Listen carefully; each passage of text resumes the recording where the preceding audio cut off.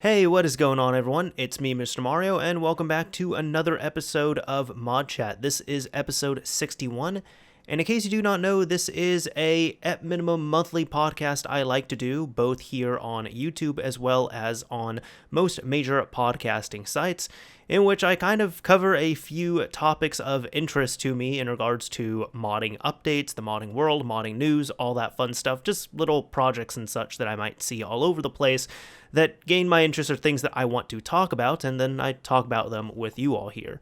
Now, this is available in two different variants. There's, of course, the video version, which is available on the Mr. Mario 2011 YouTube channel, and there's also the audio-only version, which is available on most major podcasting platforms and apps. Simply look up ModChat, one word on there, and you should hopefully be able to find, download, and consume it like an actual audio-only podcast.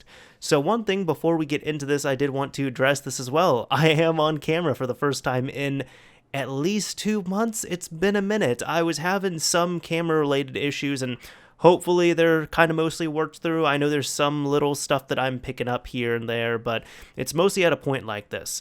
And for the podcast itself, temporarily, because I wanted it to still keep on going despite me not displaying here on camera, I was temporarily using gameplay footage. And I did that for, I believe, the past 3 episodes, and some people loved it, some people hated it, and most people didn't care at all. So I kind of wanted to say going forward on that, I would primarily like to appear on camera, but I think I am going to change it up a little bit from time to time, depending on circumstances, depending on how I feel, because sometimes, I'll be honest, sometimes I just don't really want to appear on camera, but I still want to talk to you all, and I still want to do an episode, and if something like that happens, I think I might use gameplay on there. I think the one good tip I did get from that, the one really good gameplay tip just kind of going forward, is to use chill gameplay. So if there's something on screen that is important that I'm going to show you, I'm going to do that. But if it's just going to be a section here of me talking and, giving my thoughts and such for a few minutes, I'm going to put gameplay up on there, and, it was requested, hey, maybe it'd be good to put just some chill gameplay that we don't really have to pay that much attention to. But I would still primarily like to appear on camera here. So that's just going to be that little bit here. I wanted to mention that. In the future, it's probably not going to be a whole ton, but if you see me going back and forth, that's going to be why. Anyways, let's go ahead and get into this first topic here with my dog Lily in the corner, if you can see her over there, sleeping it away. This is going to be more exciting than that sleeping dog, though, I promise you. She should be awake for this. So you might be either really excited, or you might be feeling like Lily sleeping in the corner, not caring with this here, but the SX Core and SX Lite mod chips from Team Executor have been delivered to a lot of testers and have been unboxed. Now here, I'm just referring to the Max Console article by user Uberlite, but at the time this was written, it was May 16th. It said it has been 10 days since Team Executor first announced their samples of the new mod chip for currently unhackable Mariko and Lite switches was shipping. But now it seems they are starting to arrive, as already 3 testers plus Executor themselves have shared some photos of both the SX Core and the SX Lite. Now, for anybody who does not remember or does not know, the SX Core is going to be the internal-only solution, which is going to be geared for all versions of the Nintendo Switch. So this does work for the eye-patched switches, the ones which are not Mariko revisions, but they cannot take the fused jelly payload. It's also going to have another variant in the form of SX Lite for the, of course, the Switch Lite consoles. So here we're just getting some photos of this, and I will tell you this thing, I mean, these aren't really the best photos right out of the gate. This one's a good one here. This is a really interesting design. I've actually never done an internal modification on a Switch, so this certainly looks like it would be a challenge, although it looks like at the same time, the developers behind this did try to clean it up in a way as best as they can and make sure you're not having wires running all over the place. They're really, they're relying quite a bit on all of these ribbons right here, so it's interesting to say the least. Now, from what I know, this does require SXOS 3.0.0, which is in a closed beta right now, so it's not available to the masses. And on top of that, you also need to, well, make sure you're okay with physically soldering this in your system. Because this does not look like to be a very easy install from what I've seen here. In fact, I wanted to pull these images here from Thibobo from his Twitter handle, official Thibobo, and he said here, did the SX Lite installation today for my friend at consolehacks.com today. Full guide on installation will be released when it's ready. So just looking at this photo here, I mean, look at that. That's the actual chip itself soldered in. We have all the connectors hooked up to it that need to be for these ribbons that are soldered in different places. And of course, as you can see right here, if you've ever fired up SXOS or like launched the payload, I guess that'd be it. If you've ever launched the payload without the proper boot.dat file there in the root of the SD card, it displays that really funny, I like that really funny, not animation, but that photo there. The only thing is, though, I still can't tell, is this a annoyed SD card sweating, or is this an annoyed SD card giving you the finger? That I don't know. But seriously, you do have to tear down your switch. You are going to have to get it down to the actual motherboard itself, to the SoC. You're going to have to remove the shielding here, and then just take a look at this. You have to actually solder to some of the little tiny components that are on there. Now, there's two things I'm worried about. One, this is going to be quite a challenging install, so I would not recommend this for a first-time install to many people. And two, for the people who are going to be installing it for others, I'm going to worry that we're going to have a lot of installers out there, or I hope not a lot. I feel like there's going to be some installers out there who are going to take this all apart and not clean up and put it back together. Like, they're not going to properly repaste the switch, which is just, that's one of my little pet peeves. Look, just if you can take anything away from this here, this is just in general for computing, for electronics, whatever you're going to be dealing with. If you are going to remove a heatsink and it has thermal paste there, you always repaste it. You don't just slap the heatsink back on. Once you release that pressure, you need to clean it up, you need to repaste it. And I have a feeling some installers might not do that. I guess we'll see. I don't know yet. Anyways, this is available for pre-order at some of the following websites. So, for example, mod3dscards.com. Well, wait a minute. This website is not loading up. Okay, let's try the next one. You can also get it at anxchip.com. Alright, that's 404. The whole website's not working. How about executorsx.com? That looks pretty good. No, this is, well, let me go ahead and translate this. To our visitors, we regret to inform that this page will be closed temporarily. The pre-sales purchases were made on this website will be returned in the order that they were received. Returns will begin on Thursday, May 28th, 2020. We apologize for any inconvenience this may have caused. Our intention was never to harm the customers. Okay, so what's going on here? Can I pre-order this thing anywhere? What about USA chips? Did I try that yet? 404? Flashcard.a.com? What if I'm in Canada? 404?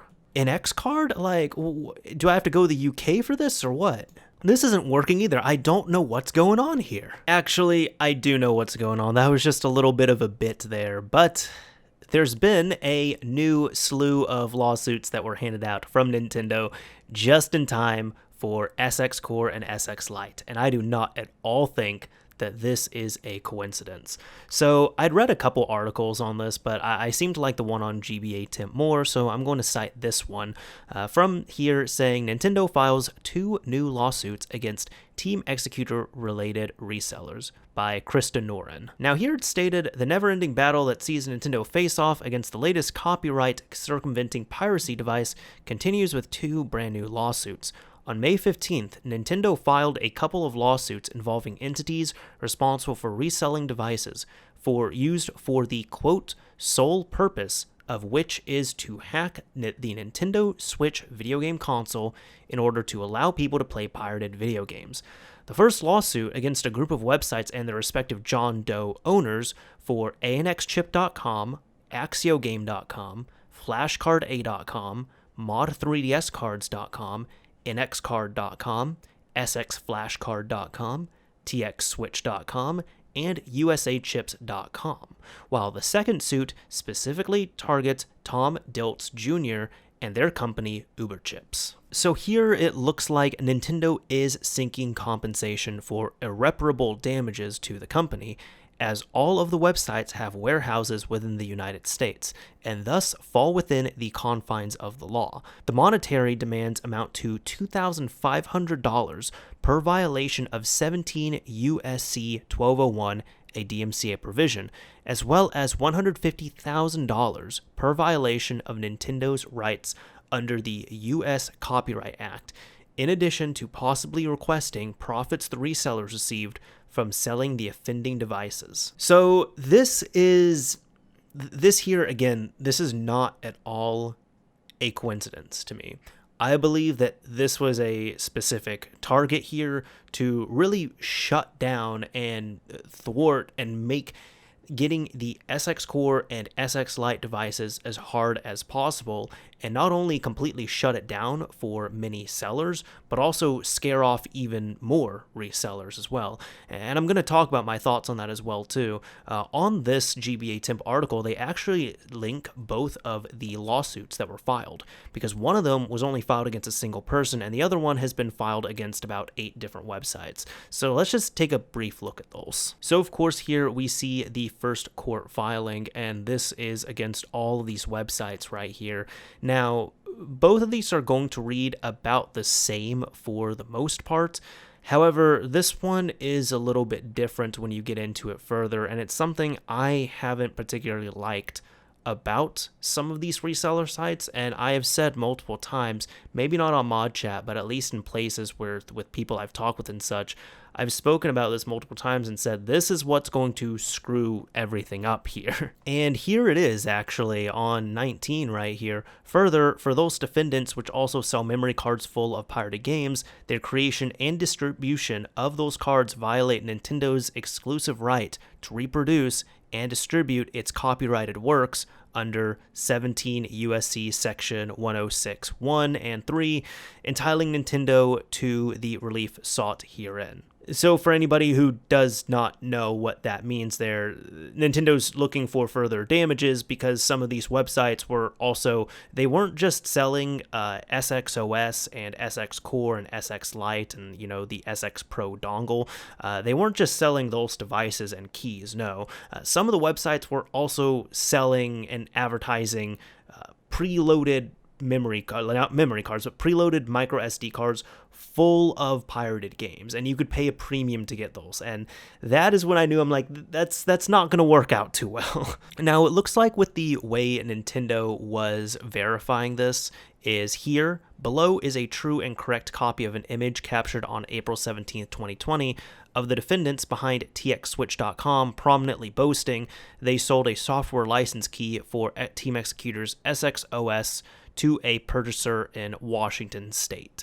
So here, even though, on a website it's cool to see where all these are being sold to, Nintendo ended up using this to their advantage here in the lawsuit to prove, hey, we are buying these here and the website knows that we're buying them. Of course, this also being within the US is a touchy thing as well too, because it's even noticed here. For example, below is a screenshot of the main page of defendant's website, anxchip.com, clearly stating they will ship from the US, including tracking through USPS. Like, they are really trying to get all the screenshots they can in this document. So even just looking further down, you'll see that they were pulling images from Team Executor's website as well here too. So this is the initial demo images that we had actually covered here on, ModChat a few months ago of the initial SX Core SX Lite tease. Even further down, look at this. They got, again, another screenshot here of this video showing the initial SX Lite tease. So here, going further down, this is where I knew, even before any of these lawsuits were filed, this was going to be a not a good thing, I guess I can say, for any of these websites here. Now, it says, of course, 5 of the defendants' websites, anxchip.com, flashcard.com, mod3dscards.com, nxcard.com, and usachips.com, also sell memory cards preloaded with pirated and thus infringing copyrighted games for the Nintendo Switch. For instance, defendant's website, ANXChip, on its purchase page for the SX Pro, allows a purchaser to add an SD card with 16, 30, or 60 plus Nintendo Switch games. The website boldly states that users can, quote, easily crack your console to enjoy free games, unquote. Similarly, defendant's website flashcardA.com offers SD cards for sale, either bundled with an SX Pro or on their own. Moreover, a consumer can buy cards with 16, 25, 35, or 50 games. In other words, the more the customer is willing to pay, the more infringing games go onto the card.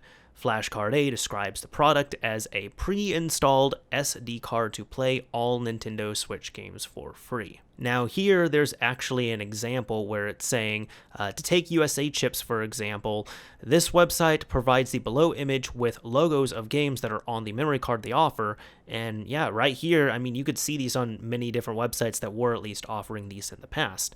And some of the defendants' websites also publish full lists of each and every game they offer on memory cards. Game lists for ANX chip, FlashCard A, and Mod 3DS cards are attached here too as exhibits 1, 2, and 3 respectively. And they even have physical evidence as well, because it says further, Nintendo has obtained an SD card from flashcarda.com that contains an unlawful copy of Nintendo's most recent blockbuster game, Animal Crossing New Horizons. So look, I've talked about this at length many times in many other different examples on ModChat here, but I guess I'll kind of talk about it here on this example as well too. Selling a device, like a chip, for the most part is going to be okay as long as there's not any copyrighted code on there, for the most part really.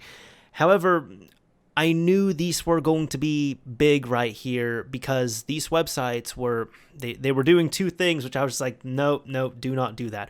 One of them was selling pirated games. Now, there's not going to be an excuses. I know that their reason was to make extra money on there, but no, that's a really good way to get eyes on you and piss off a whole lot of copyright holders. And the second was advertising how these tools are. So, of course, this kind of, I talked about it before in a previous Sony lawsuit in which Sony had purchased 2 jailbroken PS4s from somebody who was jailbreaking PS3s, jailbreaking PS4s, reselling them with pirated games and all that stuff, and then openly advertising you'll never have to pay for games again, this is free games, all that stuff. And the way that that's conveyed is, I mean, for the most part, if you jailbreak a device, you can do good stuff with it. You could also pirate things on there, and that's going to be completely up to the users. Some people want to back up games that they physically own. Like, I just picked this up right here. I might want to back it up. Like, that's going to be okay. But people can also, and it's going to be up to the users, they can also go out and commit a crime and download a pirated copy of that game and put it on there. So a part of this is that these devices were being advertised on these websites as enablers for free games. And I mean, there was no coded language on there. There was no disclaimers from what I see. It was very much free games. Like free games, free games, free games. That's what it was being described as there. I don't really have much else to say on that in regards to the website. Like, they kind of put themselves in that position right there. Now, the second lawsuit here, I'm not going to go into as much detail, but I do want to discuss it here. So this is against one organization who owns one business that was running one chip site. This one is a lot spookier, and I believe this was designed more to send a message, and maybe, I guess we'll see what's going on right here. Now, the thing is with Uber chips, let me see if I can show you the website. Well, all right, I thought it would have been nice to show you all the website, but unfortunately, the website is completely down now, understandably. It's also not accessible on the Wayback Machine, and even their Facebook page was taken down as well, too, and there's not a cached version I can see on there. So some of this I'm going to have to go off the lawsuit, some of it I'll have to go off memory, because I did look at this when it was still up. But here it stated, UberChips.com has been so popular that within a day of going online, the website sold out of batch 1 of its pre-orders. On a Facebook account for Uber Chips, defendants stated that those with order numbers 342 and below were part of the first batch, suggesting that at least 342 individuals had bought one or multiple circumvention devices from the defendant's site in just a day. The defendants then released batch number 2 of an unknown quantity, which sold out 2.5 weeks later. Defendants are now offering pre-orders in batch number 3, their final pre-order batch. Don't miss out. Defendant said on May 6th, 2020, get in your pre-order today. And of course here, as evidence, Nintendo placed a successful pre-order purchase on uberchips.com for both SX Core and SX Lite, received confirmation for that order, and payment has been processed. Now, coming down a little bit further on the lawsuit here, it does mention the owner, Tom Dilts Jr., his website, his LLC and such that was registered for this. And for anybody who might be a little bit iffy with me sharing that, keep in mind, this is a public document. This is a public lawsuit, so to speak. All this information has been published on Scribe and many other places. I mean, this is all very public. These are public filings. So anybody could get this information once it has been officially filed in the court system. So in regards to this here, kind of coming back to it, this is why I think this is a little bit more of a targeted attack and why this is only over one individual. Here on number 26, it says, investigation has revealed that uberchips.com site is operated by an individual who also uses the alias Game Over. Based on public records, Mr. Dilt's automobile contains a vanity license plate reading Game Over.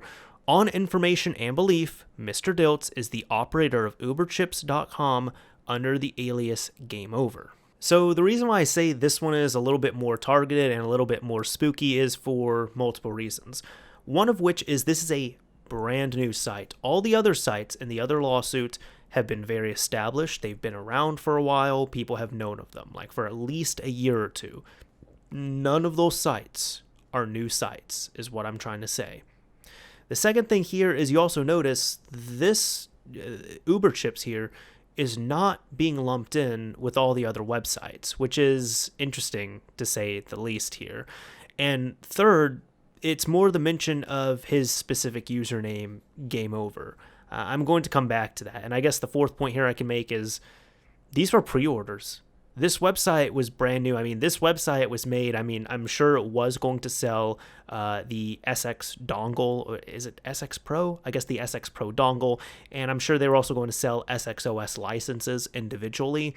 But this was really made in mind to capitalize on the sale and distribution of SX Core and SX Lite, which is why they were doing the pre-orders. And I believe those are their only products that they were selling on the website.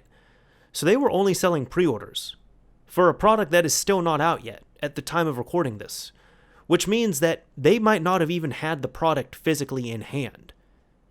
They didn't ship out the product to any of their customers. Nobody who ordered from this site or any of the other sites got products, but the other sites I can understand, like 3DS flashcards or SXOS licenses or whatever it is. This site, what I'm saying here, I guess I'll clear it up. They never sent out any of the items, and there's a good chance they never even had any of the product that they were pre-ordering.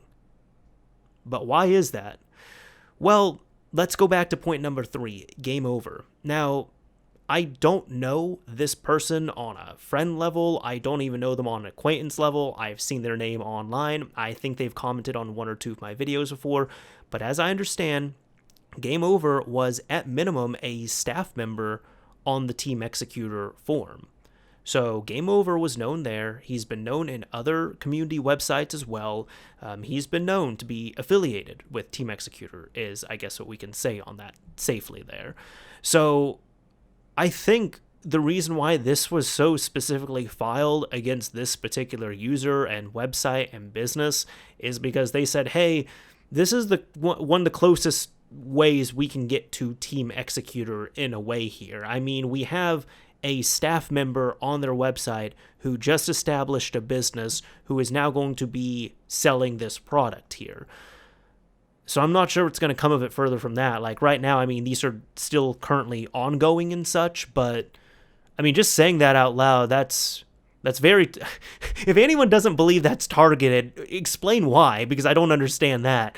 But it's spooky when you say it out loud. That is really spooky. Oh my God. So with that here, what is going to happen with these? I don't know.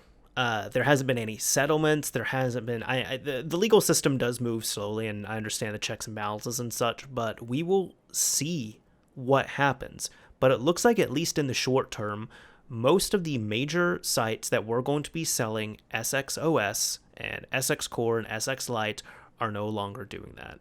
I think this is going to be something that's going to shutter a lot of other doors as well, so it's probably going to be a lot harder to get a hold of an SX Core or an SX Lite device if you are trying to get a hold of one.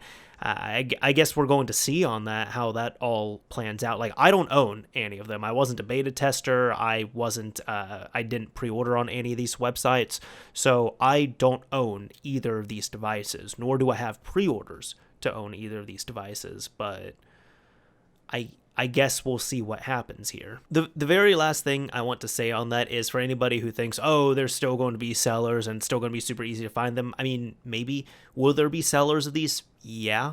Will it be easy to find them? I'm not really sure. I know, which website was it? I think it was modshipcentral.com. They're based out of Canada, and they used to be one of the favorite websites I used to go to, like definitely a go-to website for me. And I know a few years ago, this was around the time of like Gateway 3DS and the 3DS based flash cards, not the DS ones, the specific 3DS ones, there was at least one or two Canadian court cases which had happened in regards to these, and they were won in Nintendo's favor. So I know ModChip Central, they were actually supposed to stock SXOS and the SX Pro dongle, but then they decided not to. And it was funny because I think I'd read it, I believe it was on GBA Tip, it was on a forum somewhere, and they cited the email, but somebody had asked, hey, are you all going to be stocking this, or why won't you stock it? And they had straight up replied and said Nintendo won't allow us to. So I don't think Nintendo directly said you can't sell SXOS, but I'm sure they probably had some contact with Nintendo, and even if they didn't, I'm sure that they saw what was happening in their own backyard and said, no, we'll do the Xbox stuff, we'll do the Sony stuff, we're not going to be touching the Switch stuff. So we'll see, we'll just see where this goes, but I don't have much else to say on this, man. Lawsuits. So what's the best way to come off of talking about Team Executor related lawsuits? Well, maybe not directly with them, but with their products. Talking about more Team Executor code, I guess, here, in the form of the TX decompress script being updated for the leaked SXOS 3.0.0 build. This has been done by Mike Heskin, otherwise known as HexKeys on Twitter, and let's just go ahead and go through this Twitter thread and kind of have a nice rundown here. Now here he states, as for a changelog, this version's purpose is to support Mariko and the ModChip ecosystem, so there are no new features. Aside from removing all KIPs except for loader, most of the changes are DRM related. Bootloader has new code to interact with and update the mod chip. Patchers now include full copies of each Mariko Package 1 encrypted with a T210B01/T214 specific key. All applications have been updated and rebuilt to match current Atmosphere and LibNX. On the very first boot, the bootloader will attempt to update the mod chip from version 1.0 to 1.1. Update firmware is stored encrypted inside the bootloader and is likely meant to patch a handful of vulnerabilities and broken code already identified. The mod chip itself flashes a custom BCT and bootloader to the boot 0 partition on the eMMC. These are stored encrypted with the Mariko BEK boot encryption key and signed with Team Executor's own key. Once the glitch succeeds, Team Executor's bootloader will run instead of Nintendo's. The initial stages focus mostly on DRM and clear out all key slots except key slot number 6 that were filled by the bootloader as a way to block any other third party from obtaining Mariko keys using the mod chip. This is, however, ineffective. Now, reading a little bit further on here, a gentleman had asked any hint on the new exploit, and Mike himself replied by saying it's not a new exploit per se. In fact, it's the exact same technique used to achieve code execution on the original units. Glitch the PKC hash check. This was made more difficult with Mariko, but the mod chip is capable of self-adapting the timings. So this is going the way of the glitch chip, like what we saw with the Xbox 360 with Reset Glitch Hack. Another person, Gizmo, asked any word if the mod chip can boot regular Atmosphere? Open source clones win, lol, tongue in cheek. And Mike replied by saying it has support for booting other payloads, but it's currently broken. The boot.dat file is now also RSA signed by Team Executor to force everyone to always boot through SXOS first, which is what I figured would happen. I know that it was stated that this would support other custom firmwares, but they're still going to try and force you to go their route. Now, in regards to what Mike had said here, this is probably the most spooky thing to me, in which he was saying the ModChip itself flashes a custom BCT and bootloader to the boot 0 partition on the eMMC. These are stored encrypted with the Mariko boot encryption key and signed with Team Executor's own key. Once the glitch succeeds, Team Executor's bootloader will run instead of Nintendo's. So there's actual writing that's happened to a very specific boot 0 partition, well, the boot 0 partition on your console, and in a way it is heavily modifying or even replacing the bootloader. That's crazy to me. I'm not sure. I mean, it works, but I'm not sure if I like that. Now, we've also got a few tweets to chime in from Cyrus M, otherwise known as Michael, or I guess flip that around. But either way, here he had said, hey, at Gateway, nice stage 0 you've got in your mod chip loading there, and there's a hash supplied for this. Now, this is explained here because he's saying Gateway, and some people might be asking what's going on there. Somebody actually asked Gateway, and Cyrus M ended up explaining here, the team behind Gateway 3DS bought the Team Executor branding. So for anybody that does not know, yeah, that's, in short, that's what happened. He had also mentioned, well, Gateway stuff was fun to poke at for a bit, but that's all done now. Time to get some more interesting things dumped. It's been a good night. And it looks like here, looking at the screenshot, he has the stage 0 bin, the keys being used, and the latest PK11. Now here, of course, the keys haven't been released, but the hashes are there, the SHA-256 encryption hashes, and this is for the Mariko boot encryption key, as well as the Mariko key encryption key. So this is forward progress. Oh, and last thing here, admittedly this does go a little bit over my head, so maybe if somebody else wants to explain it, they definitely can, but here, for just our last bit, Cyrusm also said, unironically loving this Mariko boot ROM strat. All of IRAM is initialized to 0xEAFFFFE, ARM infinite loop instruction. I think the idea is that if some arbitrary bit of IRAM is jumped to it, infloops instead of NOP sliding to attacker code. Super good shit, in my opinion. So, again, I'm just going to be the first to admit, this kind of goes over my head a little bit here, but I'm happy to see that there's a lot of progress that has been made towards reversing Mariko. So, moving off of that, I guess for our last Switch topic, we're not ending on a happy note here. This is in regards to content creation and videos being struck off of YouTube now. Again, I don't think it's at all a coincidence that we are seeing Switch modding related content being taken down at around the same time with the lawsuits and all this other stuff. Now, I'm highlighted here on Dark Flare Games' Twitter page because he's another content creator here on YouTube, and him and I have talked both personally as well as publicly on here, and he did give me permission to talk about this a bit further because we talked a little bit behind the scenes, so I'm going to get into that here. But this is kind of just going through some of the stuff he's been going through on his channel. Now, the first of which is this mention where he was saying, apparently TinyUpload is not a safe website, and because of that, I got a strike on a video that was already blocked worldwide from Nintendo, and can no longer upload videos or stream. For context, it's just a Mare 2 Emuibo, same as the other two. And here we can say that he got a community guideline strike. So this is through YouTube. It's not a copyright strike. And this is for this tutorial right here on how to emulate Annie Amiibo for free. So I guess one of the URLs, his tiny upload URL, was just not going to be the best on there. And I know him and I actually talked about this, and I guess it's interesting on here, because I had said I can understand it from a copyright perspective. You know, this is if it's going to be redistributing Amiibo data, any type of copyrighted data and such. But this here is different because this is community guidelines, and I mean it's kind of pointing to TinyUpload is not the happy site it's with. The other two seem to be okay, Mega and SynSpace, but it's TinyUpload that ended up giving the community guideline strike. Okay, that's strange, but he has one strike at this point. Now that was on the 27th, and on the 28th he had contacted me because he was talking with me about this. He had said, I can't upload for 2 weeks now, and this video does not violate community guidelines in any way. There is no piracy or anything that would even come close to violating community guidelines. This isn't Nintendo, this is YouTube or something.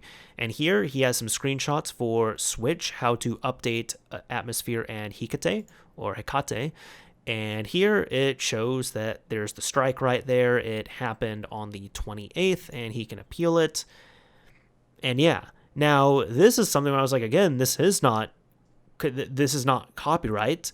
So this is community guidelines, because he didn't seem to get any other email in regards to it being a the other mix. It's escaping a circumvention of technological measures. It doesn't seem to be a CTM related community guideline strike.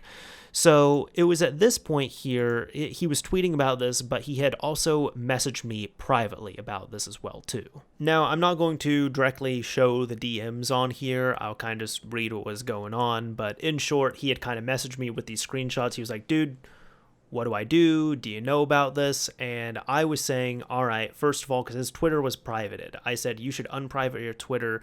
You're going to assemble this tweet. You should tweet to Team YouTube, the account at Team YouTube. And I also said, because he is a YouTube partner, I said, you need to talk with YouTube support, but also, most importantly, you need to start appealing this strike right now. So put in an appeal for it, contact them.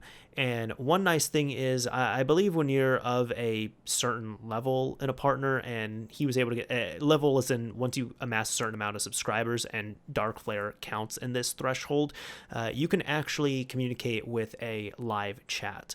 Sometimes it works super well. My experiences, my 1 or 2 times I've contacted them have been just fine. Sometimes it's going to be like yelling at a brick wall, unfortunately, especially right now, which I'm going to get into this here in a bit. But he had told me, oh yeah, I already appealed it. Currently, I'm on text chat with them. This is surprisingly faster than I expected it to be. And then he told me here, I just got off the chat with them. He watched my video and said it was flagged internally, and that he couldn't give me any update on whether or not it violated the community guidelines, and the team would look into it more. He also did something with the other video where my appeal wasn't reviewed yet, because that's actually one thing I didn't mention. So the first video that he got struck for on the 17th, he'd appealed it and it was just sitting there. It wasn't approved, it wasn't rejected, it was just sitting there. So that's why I said your second video, you need to appeal it and you need to contact support right now. But make sure you appeal it, because they're going to tell you, dude, appeal it. Well, he ended up messaging me, let's see, 2 minutes later and said, what the fuck? My video is back up now, apparently. I don't have the second strike anymore as far as I can tell. Now, I had mentioned this thing of flagged internally, and he responded Darkflare by saying, yeah, not sure what he meant by flagged internally, but it looks like they reviewed it pretty quick, because only 3 minutes after ending the chat, I got an email. When I asked for a little more details, because I said I've never heard of that phrase, and that's a little bit spooky to me, he had said here, yeah, I already closed out a chat, so I can't get an exact screenshot, but he said something along the lines of, it seems that video was flagged internally, would you mind giving me 5 minutes to review the video?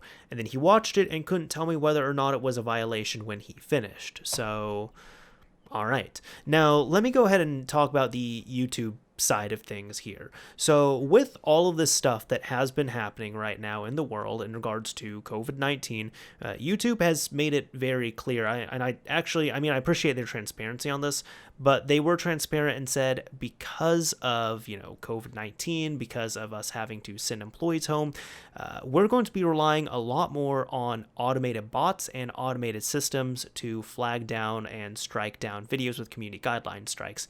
You might get impacted, and if you feel like you got a incorrect strike, please appeal it and we can review it and we can, give you your video back and remove the strike if all is proved to be okay. But they were just saying there's going to be a lot more mistakes happening than we would care to.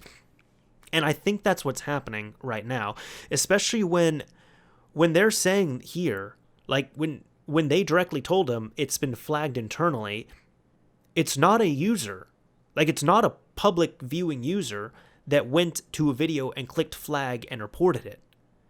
that had to be flagged by an internal system, and that is a phrase I had never heard before, but I ran it by one of my other friends as well too, and he had confirmed that on there, that yeah, that is one of their automated processes. So it wouldn't at all surprise me if there's just maybe Nintendo might be discussing things with YouTube because of all this stuff going on, because of the lawsuits and such. It's just, I don't think it's a coincidence it's all happening around the same time. Or maybe YouTube is just cognizant of that and maybe they just turned up the dial a little bit, so now it's picking up a few more things. Because you all saw on the 15th, that's when those lawsuits were filed. News started breaking about them on the 17th, 18th or so, but the 17th, his first video was struck. On the 28th, another video was struck. I'm not saying there's a direct coincidence on that right there. Like, it's, I guess, I'm not saying there's direct eyes on Darkflare's channel here, is what I mean, but I don't think this is a coincidence, is what I'm trying to say. And he's not been the only person that's been affected either. I know Modded Warfare has been impacted. I believe he's had videos that were privated like months and months ago, videos that were privated so nobody can even physically watch the video and click flag on it, and those have been getting strikes. I know another great YouTuber, Aesthetics, he's been getting videos struck down in regards to Switch content as well, and they're not copyright strikes, they're all community guideline strikes. So I just think that there is, the bots are more out in full force right now, and it's really not a safe time to be making Switch modding related tutorials or even content in regards to this. So be careful out there. If you're on here, if you're on YouTube, if you're watching, if you're doing this stuff, be careful. You can easily get struck down. Now, I know I was just talking about YouTube and their automated bot systems and COVID-19 affecting them, and look, COVID-19 is affecting every single one of us right now, whether it's minor or major. But this is something I'm still planning to cover in my episodes of ModChat. I even considered not doing it in this episode, but I said no, I still want to stick to it as long as this is going to be a major problem. So this here is the page for folding at home. And in case you do not know, folding at home is, in short, imagine if you had a supercomputer, or if the people who are fighting COVID-19, the coronavirus, had access to a supercomputer. Well, in a perfect world, that would be the case, but they really don't have that. Supercomputers are going to take up space, they're going to take maintenance, they're going to be expensive, it's going to require certain knowledge. So what folding at home does is, I guess more people know about Bitcoin mining and such now, and that using your CPU cycles as opposed to folding at home, but think of it in that same way. When you run folding at home and get it set up on a workstation at your house, like a desktop or server or something along those lines, you are using your CPU power and your CPU cycles to help donate them, so to speak. So as opposed to one supercomputer doing a whole lot of calculations that are needed, you're going to have thousands and thousands around the world doing fractions of that, and then it all being compiled together. So you're donating your computer power. Now, my goal of this is always, again, we're all being impacted by COVID-19 and the coronavirus, and if I can get even a small handful of people watching and listening to this to install folding at home and get it set up for fighting against COVID-19, that would make me happy, and I'd feel like I've accomplished something on here, as opposed to just entertaining and delivering some news topics and such. But either way, the link is going to be down below for this in the description, just like everything else on the YouTube upload of this here. If you've got the extra CPU power, please download Folding at Home, get it set up, and help fight the coronavirus. So for something that I just thought was awesome and kind of broke the internet, I guess, 9 years after this was built, Pixelbutts ended up releasing 8 hours of footage of the only official Gears of War 3 build for PlayStation 3. And as a reminder, it needs a dev kit, it needs fixes to data that I won't share, it needs a keyboard since menus are broken. Our PCS3 doesn't work yet, it's not perfect, but still more stable. I'm the only one with a working copy after 9 years. And of course, we don't know why it exists, all we can do is guess. Now, if you'll excuse me, I'll be waiting for all the messages shouting fake, because this is the only thing that won't change no matter how much you show. So yeah, in short, this is exactly what Pixelbutts had described here. This is Gears of War 3 compiled and built and working natively on a PlayStation 3. Now, some people might be wondering, all right, what's the modding related thing with this? How the hell is this possible? What's going on here? Well, from what I know, and a lot of this is kind of from, second and third hand stories that I had heard and such. Now, it's been known that around this time when Gears of War 3 was being worked on, Epic Games was compromised by several different hackers. And they had acquired a ton of data from there, some of it including early builds of Gears of War 3, but even Gears of War 3 source code. So this is not the first Gears of War 3 PS3 build that has been proven to work and is out in the wild. To my knowledge, there are 2 builds of Gears of War 3 which were compiled from the source code, or at least, ported over. I guess more would be safe to say from the source code on here. But either way, there's at least 2 builds that were out there. However, they were community built, I guess we can say here. This is different because this has been built for the PS3 by Epic Games. And from what we know, this was very, very internal only. This is an extremely internal only thing. It was not meant to see the light of day. But from what we know, this is the only official, as far as we can go, official working build of Gears of War 3 for PS3 in existence. Actually, it wasn't even working from what I know. Like, from what Pixelbutts was saying, it required some fixes that only he has. So, allegedly, he is the only person who has this build of Gears of War 3 for PS3 working. Now, a bit more of it is clarified here from Pixelbutts here saying, Jesus Christ, this is pissing me off. There's been multiple rebuilds from the leaked source over the years, January and September. See, that's exactly what I was talking about. Nothing from May has ever leaked to my knowledge. The only way it can be built is if you had such, and since only Epic did, that shit was made at 2 a.m., according to the timestamps. So unless this was made without Epic's knowledge and slipped undetected till the leak the next month, then how could it be faked at all? On top of this, it's made during the move to Bink 2, which adds to the weirdness. First-party devs could make it. Third-party devs couldn't make it. Even the devs are skeptical. No explanation for why it exists is around. And even I want some answers, but even Cliff fucking Bleszinski isn't 100% sure. Someone, somewhere had to make it, so who the fuck made it? Either someone from Epic made a build on their own without Epic's knowledge, or someone magically made it as a third party without source code to this revision of it a month prior to the leak. It's pretty fucking clear it points to somewhere in Epic it was made. On top of this, one of the most popular leaked builds is from the same fucking day at 3 p.m., but for 360, which is also impossible to have made without that source, since that's never been known to have leaked. I want to get some sleep, but here's what's important. There's 2 unofficial builds, just like I mentioned, built from modified source by multiple parties. This one is the only one unable to be made by a third party due to the lack of source. All known info from the leak point to someone at Epic making it.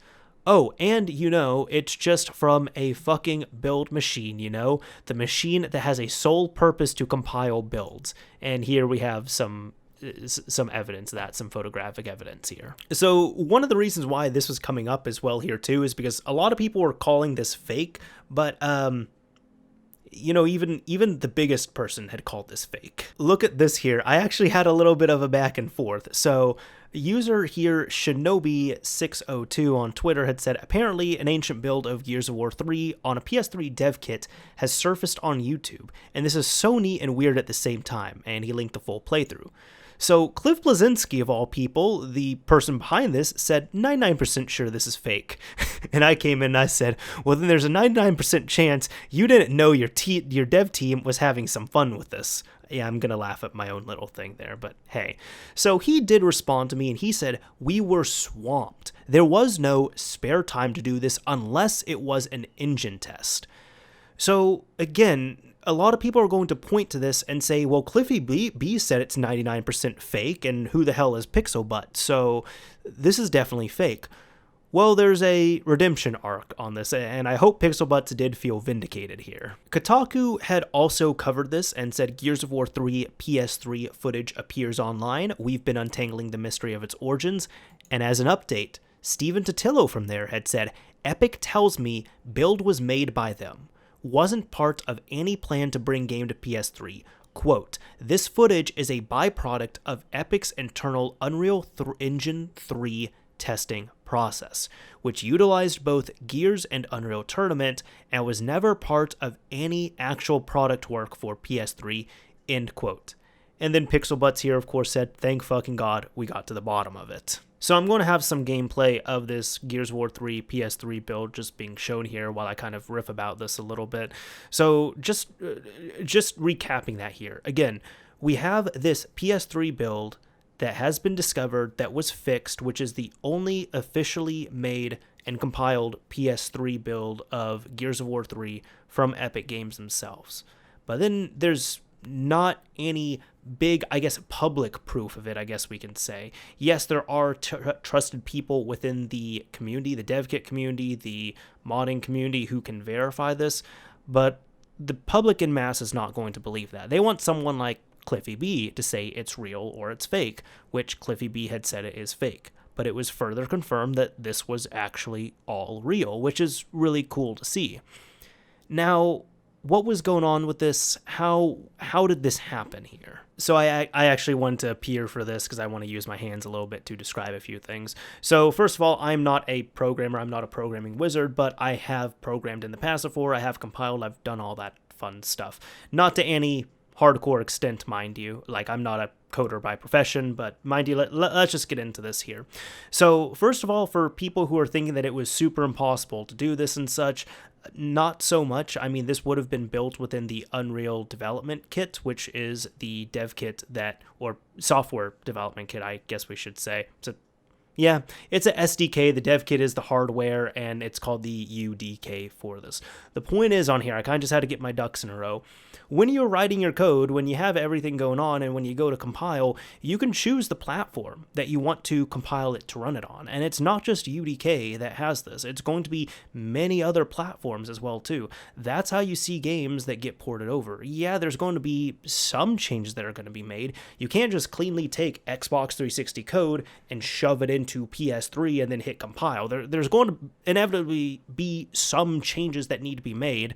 And in terms of performance, in terms of optimization, there's pretty much no optimization on this build, right? The performance is not really the best on here because this is just a few months before the game came out. And at this point, they were kind of just focused on finishing up the game. And then, you know, when the core game is done, like when you can play it start to finish 100%, at that point, they work on all the optimizations. At that point, it's going to be more console or platform specific. But for anybody who's thinking that there's some crazy magic mumbo jumbo that's happening here to get this Xbox 360 exclusive, still to this day actually, this Xbox 360 exclusive to work on the PS3, no, it's just coding. That's it. The SDK will allow you to compile out to the PS3. So we got that ironed out, right? Now, when it came to this, one of my friends, he is a professional developer. He's worked at a few different places, and he's actually doing game development full time. And I had run this by him, and it's so funny because it was pretty much, I was thinking I might have been right on here, but I wasn't 100% right. And it was more Cliffy B of all people that was more right. So Cliffy, I know you're not watching, but I apologize on that. So I had run this by one of my friends. He thought it was really cool. And his words, he had said something along the lines of, you know, this is probably like, he was just like, Cliffy B is probably not wrong. Like what he is saying there, where Cliffy B is saying this is fake, that's incorrect. Like you've proven that this is real. But the fact that Cliffy B said that, you know, they're working on this AAA game, it's a few months before release, and what were his exact words? He said, we were swamped. There was no spare time to do this unless it was an engine test.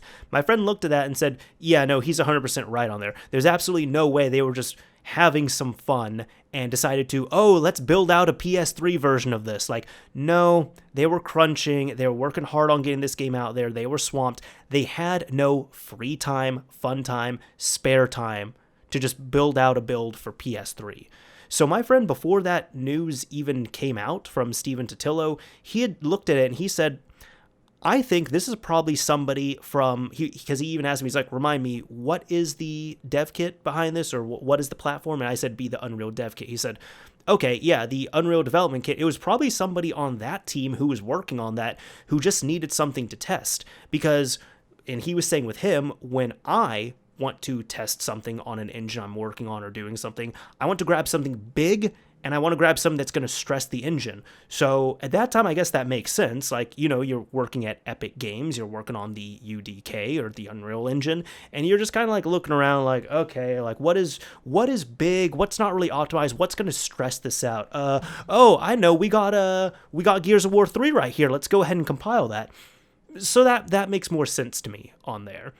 So my friend did confirm, like, yes, I was right in saying this is real, but Cliffy was right in saying that they didn't have any time to do this, and it was not the Gears of War 3 dev team that did this. So because of that, Cliffy B was not aware of it, which makes more sense. Now, then when I had given him the update saying that this footage is a byproduct of Epic's internal Unreal Engine 3 testing process, my friend was just like, yep, I knew that was it. So I think the very last thing is what Pixelbutts was talking about, where he was saying, let's see on here, he was talking about it being built at 2 a.m. So I was of the belief, I was thinking here, oh, maybe some people were just having a late night at the office and they want to have some fun and they just, you know, built this out. I asked my friend about that as well. He was like, no, that probably doesn't mean anything. That probably means either their staging building server was set to GMT, like it could have just been a time zone thing, or it probably was not consciously made. It was like, as in, they didn't hit compile now. They decided to set it all up. They put it on their staging compiling server to do all of this, and then it just went off at 2 a.m. because that would make sense. Hopefully most people are at home sleeping, not working at that point. So the resources, like in regards to the network, the actual hardware and such, are going to be more freely available. But either way, I'm so happy that this is, like, we've seen some concrete stuff of this. This is so awesome to see. And just like, I love that this mystery has finally been solved.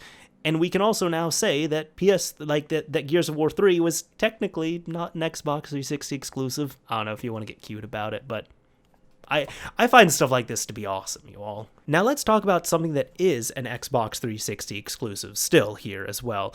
This is from Element 18592, otherwise the owner of the mod shop and real good, like, personal friend of mine, friend of the show, all that stuff.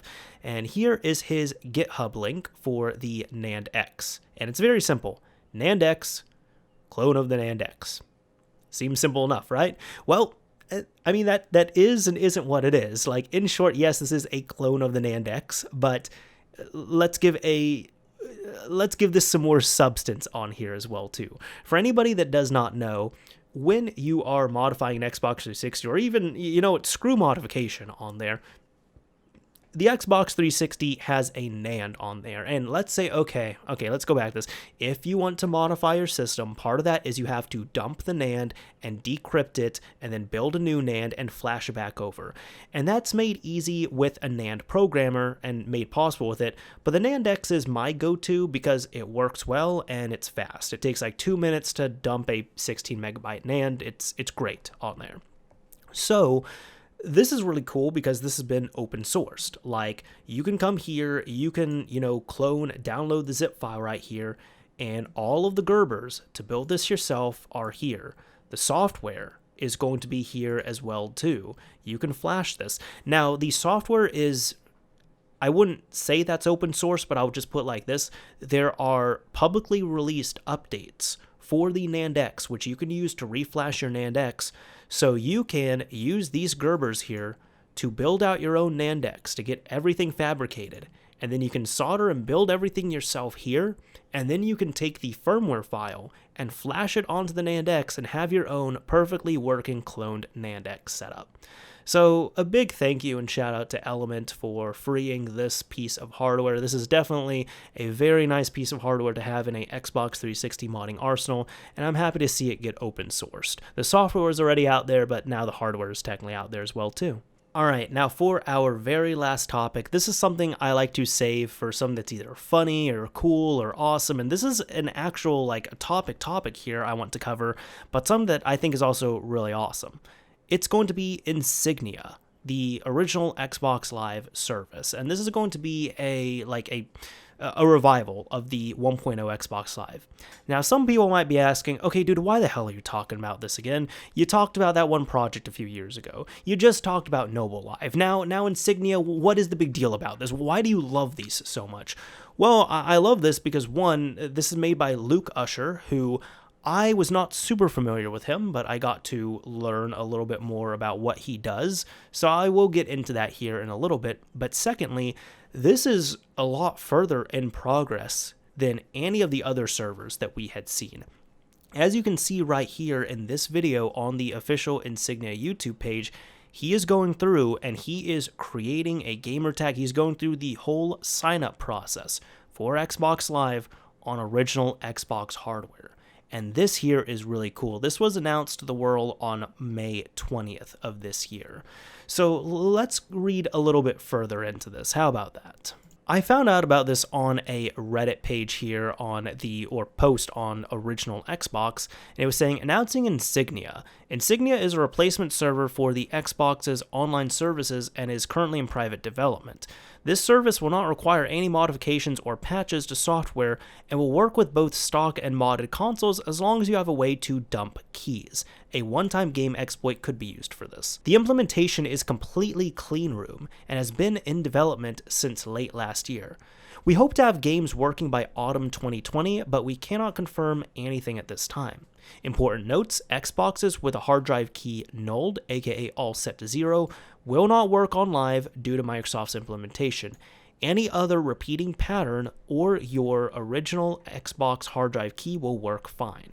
Please make sure your serial number on your Xbox matches the one stored in your EEPROM. You must have a valid, unique serial. This is not yet ready, but a private beta will follow when we require testers. As always, if you are able to, please consider supporting me on Patreon. It helps me to be able to work on projects like Insignia. So looking at Luke Usher's Patreon paints a much nicer picture. Here you can support him, and I'm going to have this link down below in the description, of course. But let's read about this here. CXBX Reloaded is a work-in-progress Xbox and Sega Chihiro emulator for Microsoft Windows. Insignia is a replacement for Xbox's online services that became defunct in April 2010. Money received will go towards funding myself to spend more hours working on these and other projects, purchasing games to test, and purchasing equipment required to further develop the emulator and Insignia. So I'm sure there's many people who have messed with CXBX Reloaded here, which from what I know is one of the best, if not the best, original Xbox emulator on PC. So Luke is not only the author of that, he works on that, but he's also been working on Insignia. Now the Discord server for Insignia, if you'd like to join, is completely public, so I don't mind sharing these here in the video. But let's just go ahead and look at the announcements, and this here is also why I'm excited about Insignia. So here it's been covered, all the news that was getting around, and check this out. On the 22nd, milestone reached, we can sign into MechAssault. None of the options work because the underlying service isn't there yet, but at least you can log in. On the 28th, and new progress, we figured out how the create session host game API works. We can see lobbies in some games. Note there is currently no way to join the session, but at least it's something. So that's within MechAssault. Now on the 29th, it's not just MechAssault. Amped 2 can start a game session as well. And Counter-Strike. So we are now seeing life to these games for the first time unofficially in how long? This is exciting. Now, it's also worth mentioning, because, again, I had talked about Noble Live on here, that Noble Live has decided to cease development, and they have disbanded respectfully, because Luke Usher, to some degree, was affiliated, from what I saw, with Noble Live, or he was at least friendly with them. But when they saw how much progress he had made with his account signing, creation, all that stuff, they said, you know what, Luke, you've gotten further than we have on here. Props to you. Excellent job. We don't want to sit here and try and recreate the wheel when somebody has done that and they are doing it and they've gotten further than us. So let's just, you know what, we can help you out. Let's pool resources, do whatever it is. But point is, Noble Live has been disbanded respectfully on that, because now we're looking towards Insignia. That's exciting. This is exciting, you all. So hopefully, like, again, we're seeing progress here, but hopefully this year we will see a cool closed beta and bring some of these games back to life for the first time, like through Xbox Live, but not Xbox Live. I don't know. This is really cool, all right? And also, X-Link Kai is really annoying to set up, all right? Some friends and I were trying to set up some stuff on X-Link Kai, and we couldn't get this shit to work properly at all. But then, if you blame our connections, if you're going to blame our connections, guess what? We got everything working through Link on Aurora dashboard, and it worked beautifully, and it was great. But X-Link Kai, it just didn't. It was janky. It didn't work for us, unfortunately. But yeah. I think that's about it for this episode of ModChat. Oh man, now what am I gonna pick here for our last thing? You know what? How about this? What I like to do at the end of these episodes is I like to pick a keyword, and if you use that keyword in a comment on the YouTube upload, I'll know that you made it to the end. So again, if you want to check out a visual version, it's on my channel, Mr. Mario 2011, and if you want to listen to the podcast like an actual podcast, it's available on most podcasting platforms and apps. Just look up ModChat. And as for our keyword, since my dog there, Lily, has just been itching and sleeping and happily panting, how about we use the word sleep? If you use the word sleep in your YouTube comment on the YouTube upload of this, I'll know that you made it to the end of this feels like this long episode. You know, there weren't even that many topics on here, but I just really got into them. Anyways, this is Mr. Mario signing off. Thank you all for watching and listening, everyone. And until next time.